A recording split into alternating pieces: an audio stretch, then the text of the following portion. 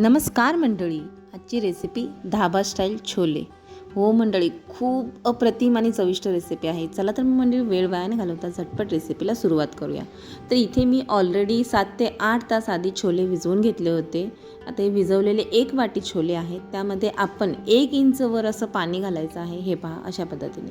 आणि चिमूटभर आपण खायचा सोडा घालायचा आहे आणि 4 शिट्ट्या करून घ्यायच्या आहे. तुमच्या कुकरनुसार किती लागतील त्या शिट्ट्या करायच्या आहे.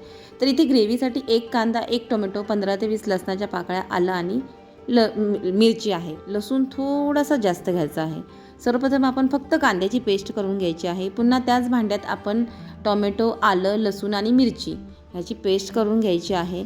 आता आपण भाजी करायला घेऊया. तर इथे कढईमध्ये मी 2 चमचे तेल गरम केलेलं आहे. त्यामध्ये अर्धा चमचा जिरं आणि पाव चमचा हिंग घातली आहे आणि तयार केलेलं आपण जे कांद्याची पेस्ट होती ती ह्यामध्ये घालून घ्यायची आहे. सो मंडळी, खूप सोपी आणि झटपट रेसिपी आहे. तुम्ही अगदी सकाळच्या टिफिनला सुद्धा करू शकता, इतकी सोपी आहे.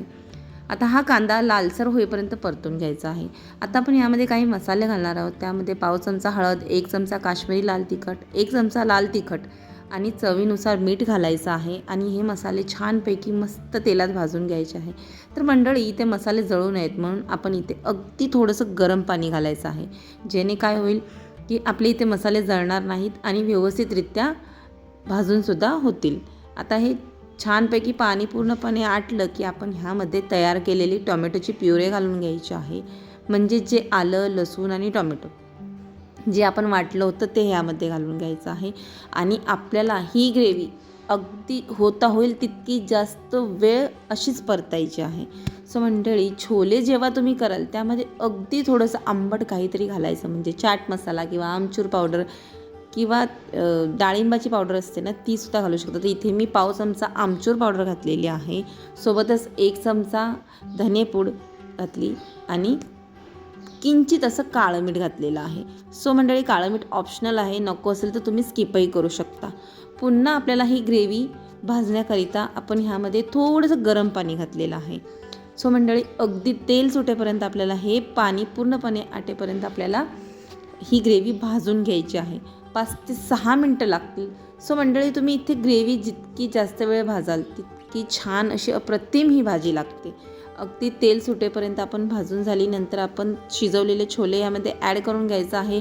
तुम्ही तुमच्या आवडीनुसार ह्यामध्ये रसरशीत किंवा लपतप तुम्हाला हवी तशी तुम्ही ह्यामध्ये ग्रेव्ही करू शकता.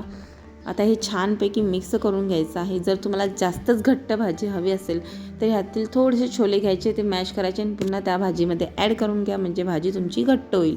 वरून किंचित असा छोले मसाला किंवा गरम मसाला घालायचा आहे आणि 1 चमचा कसुरी मेथी अशा पद्धतीने भाजून क्रश करून घालायची आहे. आणि कसुरी मेथी अजिबात स्किप करू नका, खूप छान अशी मस्त टेस्ट येते. पुन्हा एकदा मिक्स करून घ्यायचं आहे आणि भाजी मस्तपैकी 8 ते 10 मिनटं उकळू द्यायची आहे. वरून भरभरून अशी कोथिंबीर घालून घेऊया. हे पहा मंडळी, भाजी दिसायला इतकी सुंदर अप्रतिम आहे, खायलासुद्धा तितकीच टेस्टी आहे. चला तर मग मंडळी, तयार आहे आपली धाबा स्टाईल छोलेची रेसिपी. तर मंडळी, तुम्हाला जर माझी रेसिपी आवडली असेल तर व्हिडिओला लाईक, शेअर आणि सबस्क्राईब नक्की करा.